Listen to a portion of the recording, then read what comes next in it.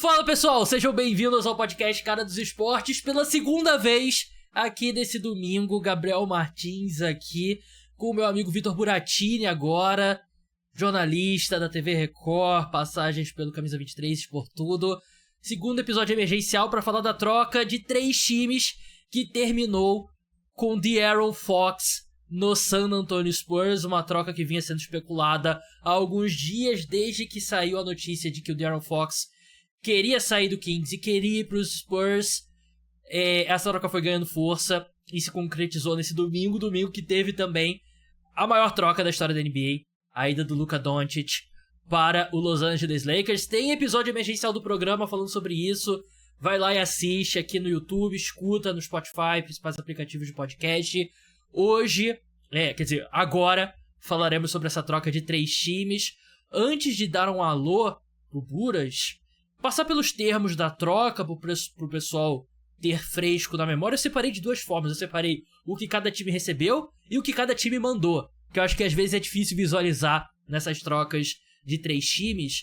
O San Antonio Spurs recebe o De'Aaron Fox, armador do Sacramento Kings, e o Jordan McLaughlin, que é ali pra bater contrato, né? Não é relevante nessa troca. O Sacramento Kings recebe o Zach LaVine, ala armador do Chicago Bulls, que vem fazendo uma grande temporada, inclusive. O Cid Sissoko, do San Antonio Spurs, também uma escolha baixa de draft, o cara ali mais pra encaixar contrato e uma promessazinha, né? Quem sabe pode se tornar alguma coisa. 3 escolhas de primeira rodada que vem do San Antonio Spurs, sendo que uma é a do Charlotte Hornets em 2025, que é protegida pra loteria, vira escolha de segunda rodada, se eu não me engano, já no ano que vem. Uma escolha de 2027, essa sim do San Antonio Spurs, e uma de 2031 do Minnesota Timberwolves, que foi pro San Antonio Spurs como parte da troca. Qual troca, Buras? Não sei qual troca. Foi do Rob Dillingham. Isso, do Rob Dillingham. Muito obrigado, Buras. 3 escolhas de segunda rodada também, os Kings recebem. E o Chicago Bulls recebe o Zach Collins, Trey Jones, Kevin Huerter. Basicamente são contratos. E eles recebem de volta a escolha de primeira rodada deles, que pertencia ao San Antonio Spurs, né? Então agora, se os Bulls quiserem tancar, brigar pelo Cooper Flag, eles podem fazer isso com a consciência limpa.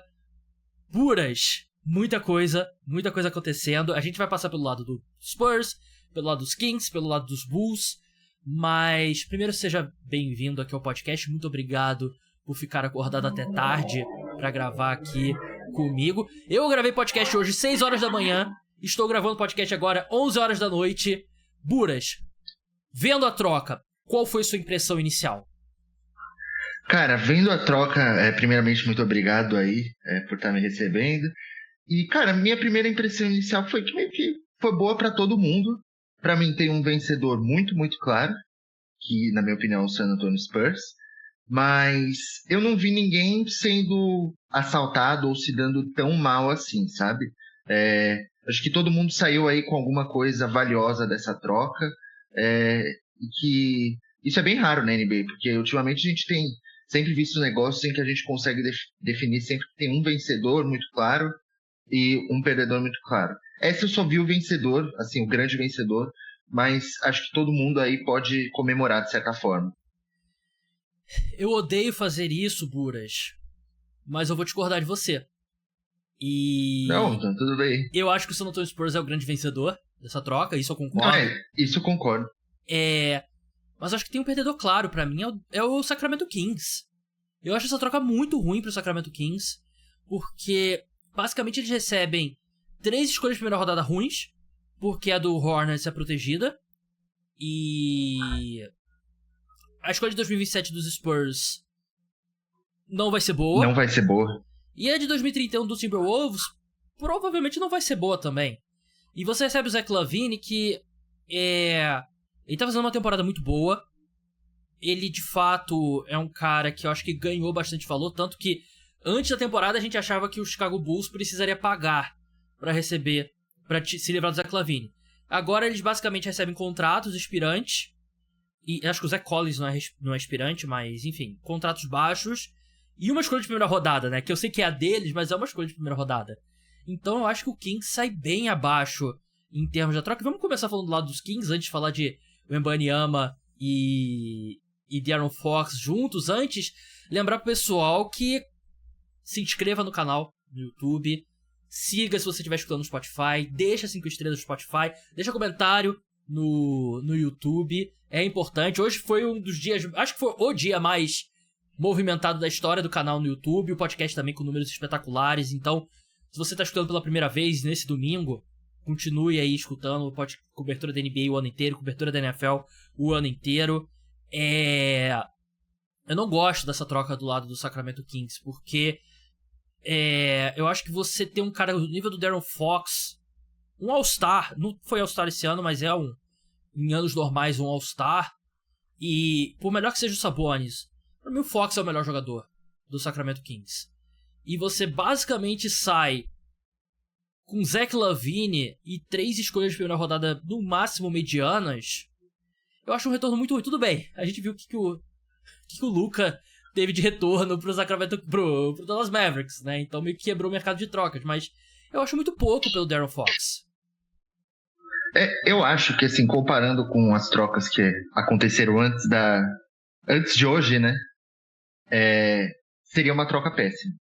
Sim, se a gente considerar o valor de Mikal Bridges, o valor de uma galera aí que foi por um caminhão de picks, que a gente, na época, julgou, né? Porque o valor realmente foi caro, né?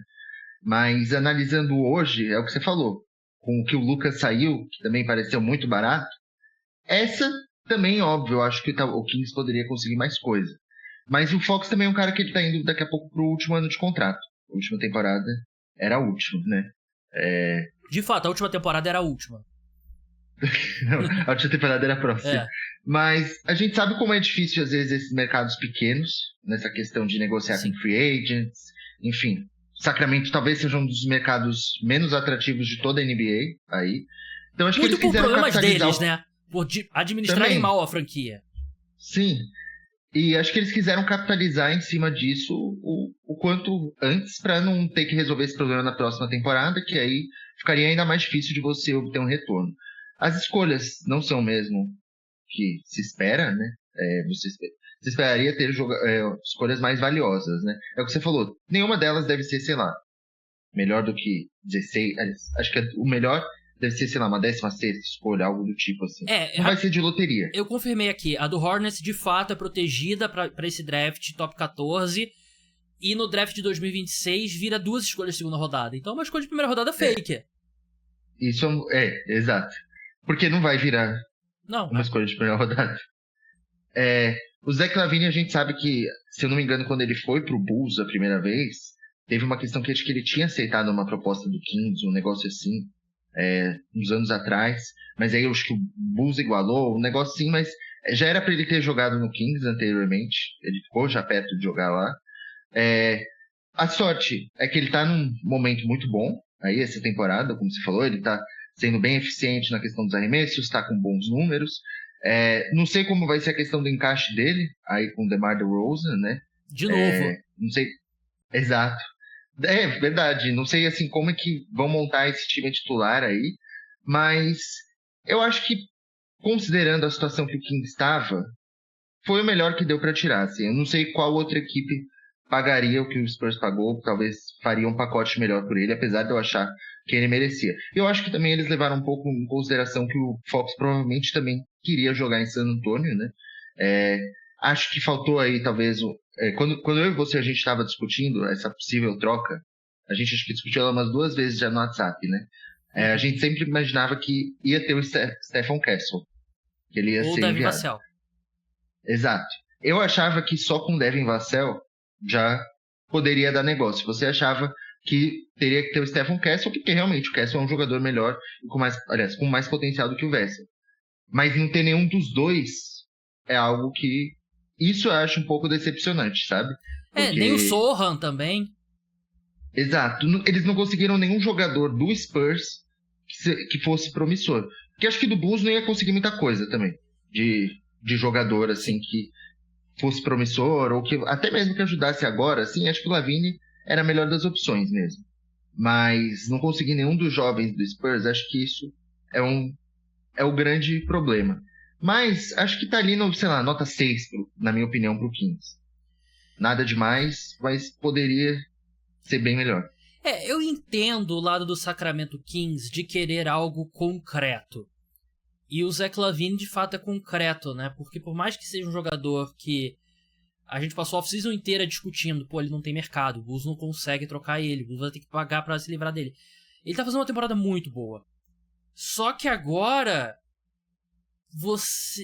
eu acho muito decepcionante você transformar o Fox nele, né? Porque agora, provavelmente, eles vão ter o quê? Eles devem efetivar o Malik Monk de armador titular, né? Imagino que ele vai jogar ao lado do Devin Carter.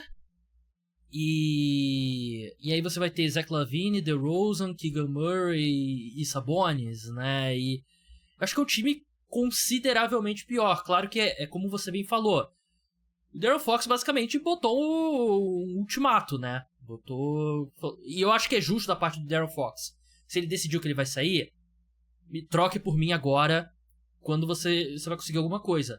Mas pra mim é muito surpreendente eles não saírem com o Devin Vassell. O Stephen Castle, eu acho que eu não faria. Eu imaginava que o Kings bateria pé firme por ele, mas se fosse pra colocar o Stephen Castle na troca, eu particularmente acho que não faria. Porque eu acho que o teto do Stephen Castle é muito grande. Mas aí você não ter Castle, não ter Devin Vassell, não ter Jeremy Sohan, não ter um Keldon Johnson, não ter... os Spurs não pagaram nada em termos de jogador e deram as piores escolhas. Então, você deu nota 6, né? Eu daria uma nota, sei lá, 4,5 ou 5 pro Sacramento Kings. Mas vamos entrar no lado quente. Mas só pensando mais uma coisa, né? Que agora o Kings tem mais 2 temporadas aí. Tem essa e mais 2. Que eles vão ter o DeRozan, Sabonis e o LaVine, porque os 3 têm contrato garantido. Bem-vindo ao play-in. E o Malik Monk também. Assim, eu concordo com você. Pra mim é o play-in team, assim. Não vai conseguir muito mais coisa. Mas acho que pra eles isso é melhor do que talvez ficar sem nenhuma perspectiva de nem isso, sabe? Eu acho que eles já tentaram um caminho ali de ativos e tal e não conseguem, né? Então, por isso que o que eu falei, eu acho que eles optaram por ter algo concreto no Zach LaVine. Mesmo Devin Vassell é um operário da bola, eu diria que você espera que possa se tornar mais do que isso, eventualmente. Mas eu entendo o lado do Sacramento Kings. Antes da gente passar pro quente, que é o lado do San Antonio Spurs, lembrar que nessa quinta-feira, 8h30 da noite, teremos live no canal no YouTube. Vamos falar aí da janela de trocas, que fecha na quinta-feira, mas eles já queimaram a largada por muito, né? Nesse momento da gravação aqui, acho que os 2 principais alvos, se bem que a gente nem sabia que o Luka era um alvo, né? Então não dá nem pra falar. Então tudo de janela de trocas, Leonardo Baglioni e o Guilherme Taniguchi do podcast Splash Brothers. Eu e o Buras iríamos gravar nessa segunda-feira à noite um episódio extra, né? Mas aí não teve jeito, a gente teve que adiantar pro domingo. Buras, essa troca aqui pra mim, pros Spurs, é uma nota 10. Você sair dessa troca sem ter que colocar esses caras que a gente falou na mesa, né? O Castle, o Vassell, Jeremy Sohan. Você sai com o melhor jogador da troca. Você dá um monte de escolha ruim. Você faz um catacata. Você ainda tem o Chris Paul. Cara, o Chris Paul não foi na troca. E eu imaginei que o Chris Paul poderia ir ali como contrato. Então, você olha pro time dos Spurs agora. Você tem Fox, Vassell, Wembanyama. Esse é seu núcleo. Castle. E aí você tem o Castle como titular ali na posição 2. E aí você provavelmente vai ter Fox, Vassell e Castle. O Castle tem tamanho para marcar alas maiores. E aí você vai ser Sohan ou Harrison Barnes e o Wembanyama. E aí você vai ter o Chris Paul comandando a sua segunda unidade. Cara, é um salto... Com o Keldon Johnson, que é um bom reserva. Sim, com o Keldon Johnson vindo do banco. Pra mim é um salto absurdo de qualidade. E pra mim, esse top 2, hoje na NBA, o ideal é você pagar 2 caras um salário mais alto, né? O max. Sim. E aí você tem um contrato ali de médio porte. E aí você tenta montar o seu elenco com o resto. E os Spurs têm nesse top 2 o Wembanyama e De'Aaron Fox, sendo que o Wembanyama não recebe ainda o Supermax, apesar de jogar como jogador de Supermax. Como? Você tem o Devin Vassell sendo seu contrato ali de meio de, assim, 20 milhões por ali. Você tem o Stephen Castle ainda no contrato de calouro por mais 5 anos. Eu acho que não tem... Assim, pode dar errado? Claro, toda troca pode dar errado. Mas hoje, com as informações que a gente tem hoje, com o que a gente sabe desses jogadores hoje, eu acho que é uma troca perfeita para os Spurs, que eleva muito esse time de patamar. E eu acho que a longo prazo, o De'Aaron Fox e o Wembanyama podem ser o top 2 de um time que briga pelo título na NBA.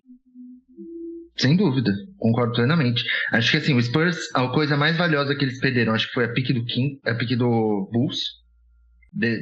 Era a única coisa, assim, realmente valiosa, porque como você disse, a do Hornets, protegida, a do Wolves, em 2031, meio que só daqui 6 anos, sabe, não dá pra pensar muito no que vai ser ela. A deles de 2027 tem tudo pra não ser nada valiosa, né? E é o que você falou, de jogador, eles não perderam literalmente ninguém de relevante, assim. Trey Jones, beleza, é um bom armador reserva, mas não é o tipo de cara que você não vai incluir em uma troca, sabe?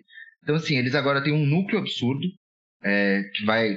Provavelmente o Fox vai renovar aí, então vai ficar aí a longo prazo na equipe. Ele é do Texas, né? Então tem essa ligação com o San Antonio. Sim.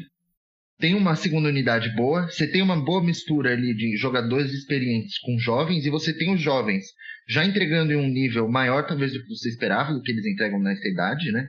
O próprio Castle, tá? Acho que tem numa temporada de novato melhor do que muita gente esperava. O Wembanyama, a gente sempre soube que era um absurdo, mas, pô, que ele tá jogando sem palavras. Devin Vassell tá jogando muito bem, assim, era um cara que talvez não tivesse tanta expectativa, mas tá jogando muito bem também. Então, assim, é um elenco muito bom, muito completo, muito longo, né? Com muitas opções. E não abriu mão de nada valioso mesmo. Como a gente falou, a gente esperava no mínimo que o Devin Vassell, que é um titular, fosse negociado. E ele não foi. Então, é o grande vencedor dessa troca.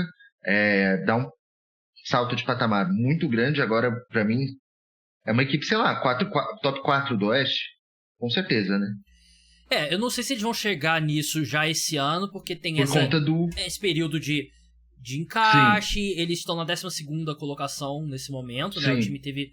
O Wembanyama, ele teve uma sequência não tão boa como ele vinha no começo da temporada. Eles estão 3 jogos atrás do Sacramento Kings.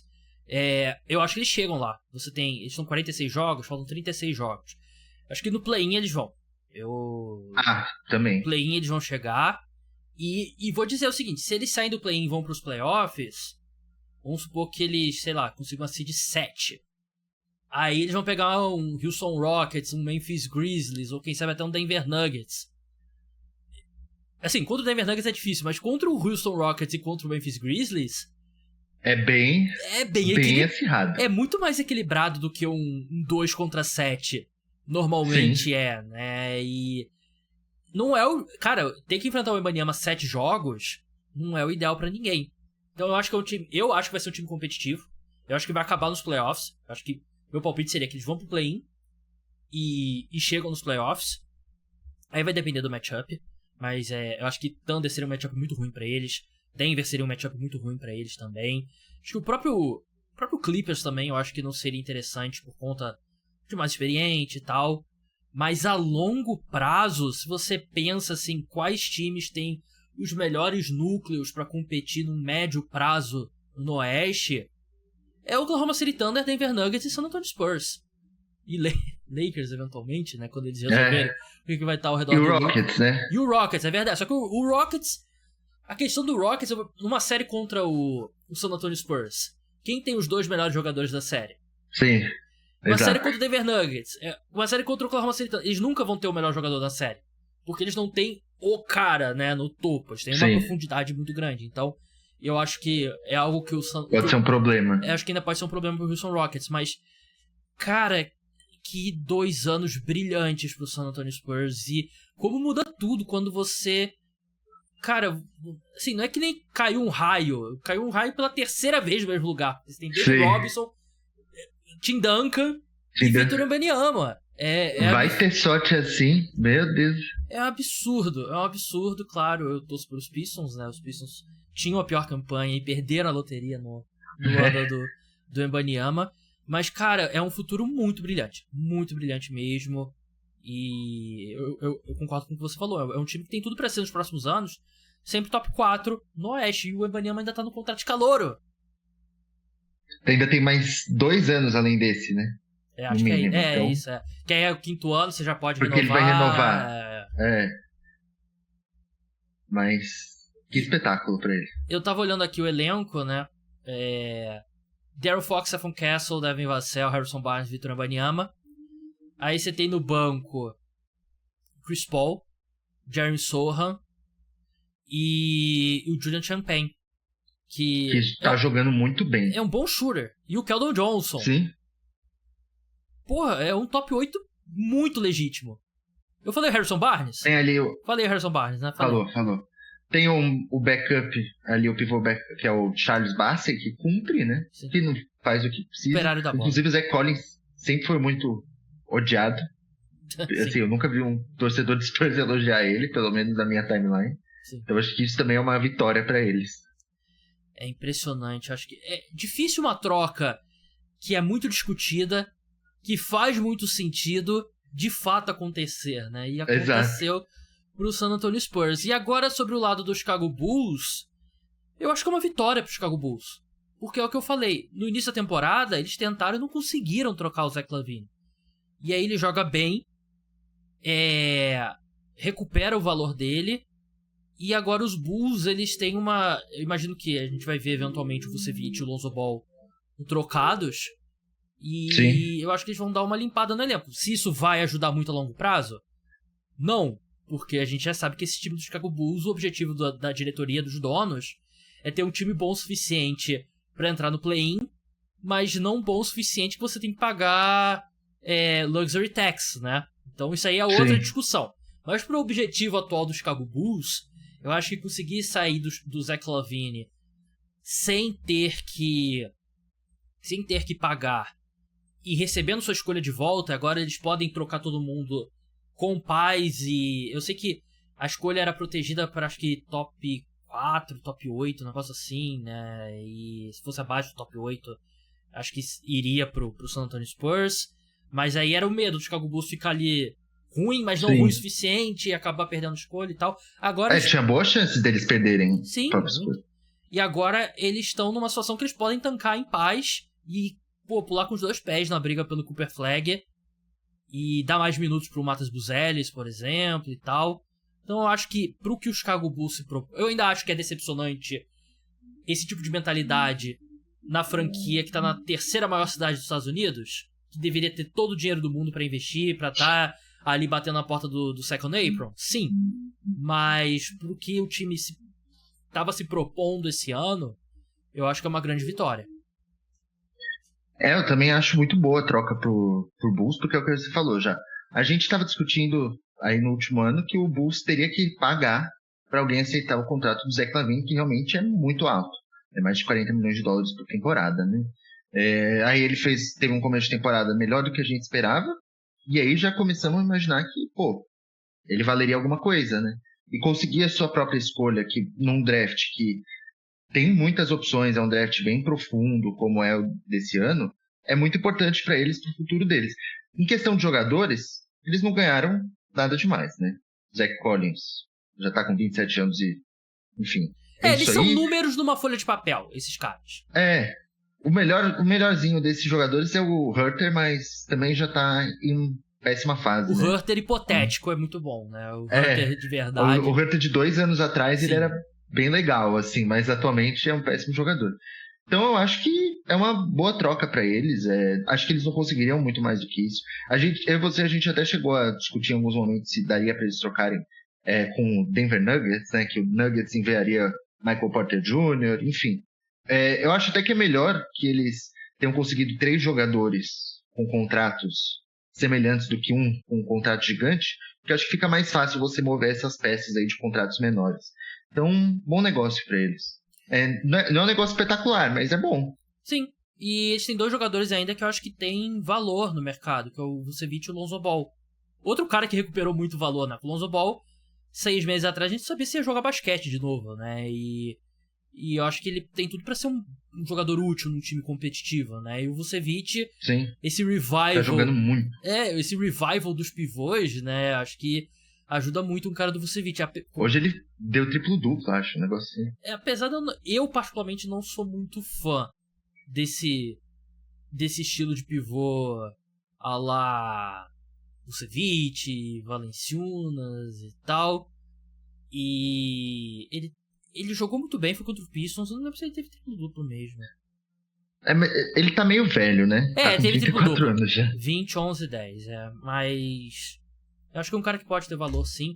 Sobre o San Antonio Spurs ainda, voltando, eu vi um ponto com meu amigo William Wallace, que participou comigo aqui 6 horas da manhã do podcast sobre a ida do Luka Doncic pro Lakers. Ele fez um ponto muito importante que acho que uma coisa que realmente faltava nesse time do San Antonio Spurs, e era bem claro, era um jogador ali no final da partida, ali os 3, 4 minutos finais, que pudesse criar o próprio arremesso, botar a bola debaixo do braço e fazer isso, que por melhor que o Wembanyama seja, eu acho que ele ainda não tá lá.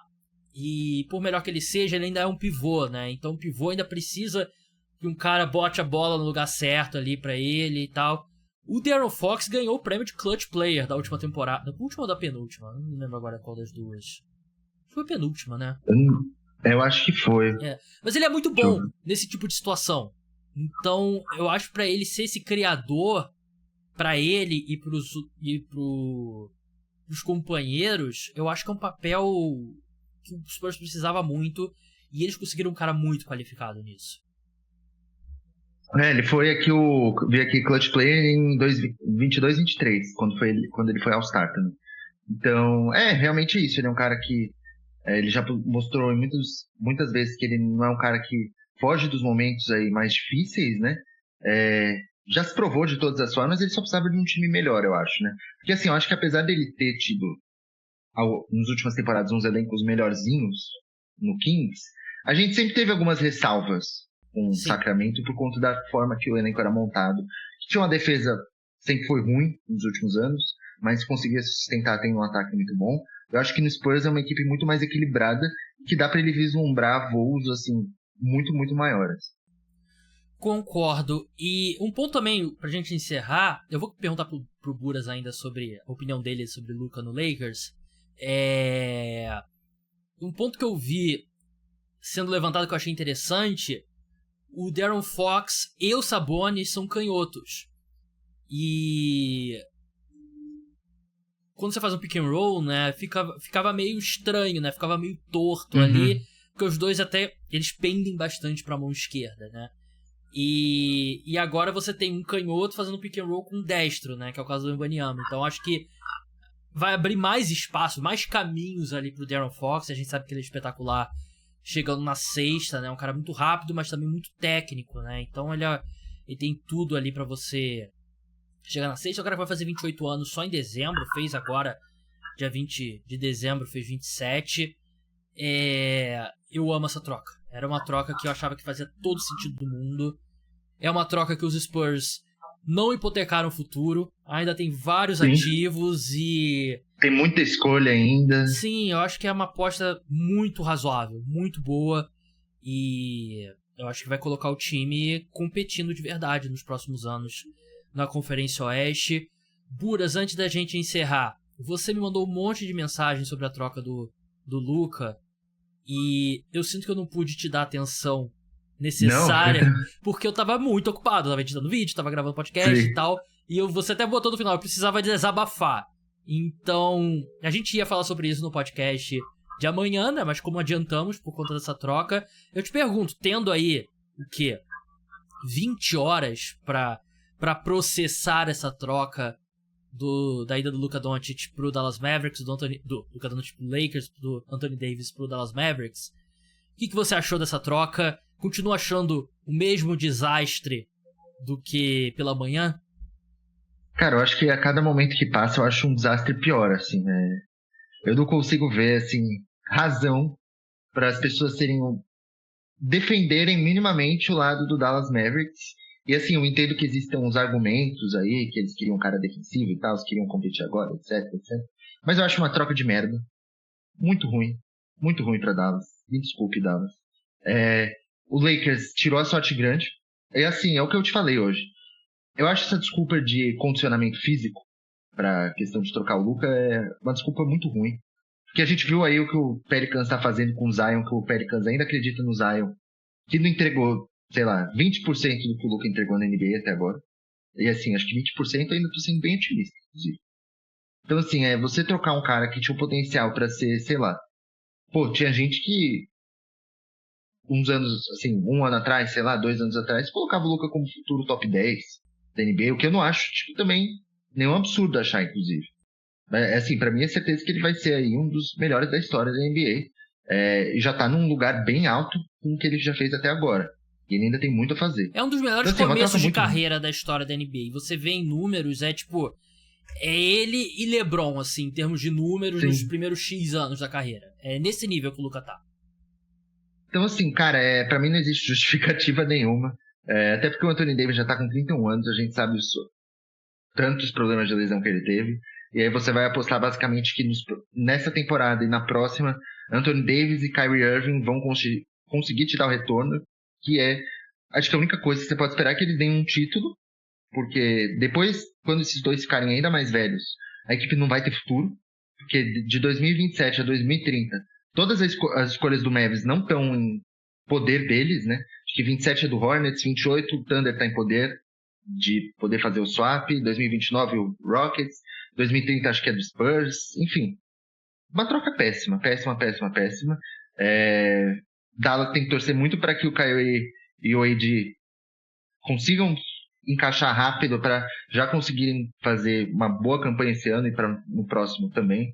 Mas eu não vejo um mundo em que isso seja bom para eles. E o Lakers, meu Deus do céu, só parabéns para eles por darem essa sorte. O Rob Pelinka, numa canetada só, ganhou o prêmio de executivo do ano, né? Porque essa troca...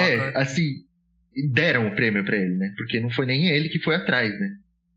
Pô, não sei se vocês ouviram aqui, mó tiro perto aqui de... Vixe. Eu moro no Rio de Janeiro, né, gente? Vamos encerrar. Brincadeira, não preciso encerrar por causa disso, não. Mas, concordo. Eu também continuo achando a troca tão ruim ou até pior do que na hora que eu gravei o podcast pela manhã. É um absurdo, não tem nenhuma justificativa. Vitor Buratini, muito obrigado pela sua participação. Eu não passo a arroba do Vitor Buratini porque ele é um cara de perfil bloqueado, então não faz sentido pra vocês tentarem segui-lo. Valeu mesmo, obrigado por ter ficado acordado até um pouco mais tarde. Eu mandei uma mensagem pro Buras falando: não vai dormir, a gente vai gravar podcast. Não foi nem um convite, foi uma convocação. Intimação. As Buras, brigadão aí, até a próxima. Valeu aí, Gabs, obrigado a todo mundo. Então é isso, pessoal. Não deixem de se inscrever no podcast, seja no YouTube, no Spotify. Deixa 5 estrelas se você estiver no Spotify. Deixa comentário, não perca a live na quinta-feira. Um grande abraço a todos. Tchau.